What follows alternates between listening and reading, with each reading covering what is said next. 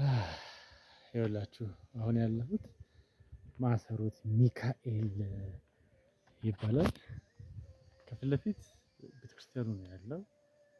እዚህ ጋር ግን በጣም ነው የሚያምረው። በኢየሱስ ክርስቶስ ያው ማለት በቃ ይሄን ረዥም ሰዓት ቁጭ ማለት ቢቻል የሚያምር መልክዓ ምድር ያለው በጣም ብዙ ቅዱሳኖች የሚገኙበት ስፍራ ነው። በጣም በአጋጣሚ ነው የመጣሁት። እንግዲህ ይህን የመሰለ በቃ ተነስ እየተባልኩ ውጣ እየተባልኩኝ መነሳት በጣም አቃተኝ።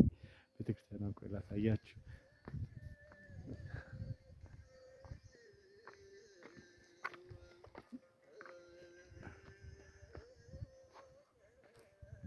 እዚህ ነው። እዚህ ቤተክርስቲያን እንግዲህ እግዚአብሔር ከፈቀደ አንድ ማወራቸው አባት አሉ። አባ ድንጋይ ይባላሉ ተብሏል። ወደ 200 ዓመት ኖረዋል ይባላል። እሳቸውን አናገራለሁ። እግዚአብሔር ከፈቀደ ከእሳቸው ጋር ነው ያለውን እንግዲህ ያሳያችኋለሁ። ይሄ ግን ማሰሮት ሚካኤል ነው። በጣም ድንቅ ቦታ፣ ድንቅ የቅዱሳን ቦታ፣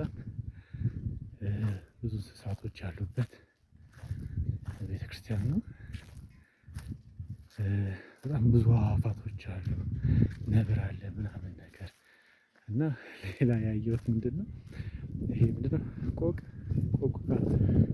ቅርብ ሆና ትንሽዬ ነች።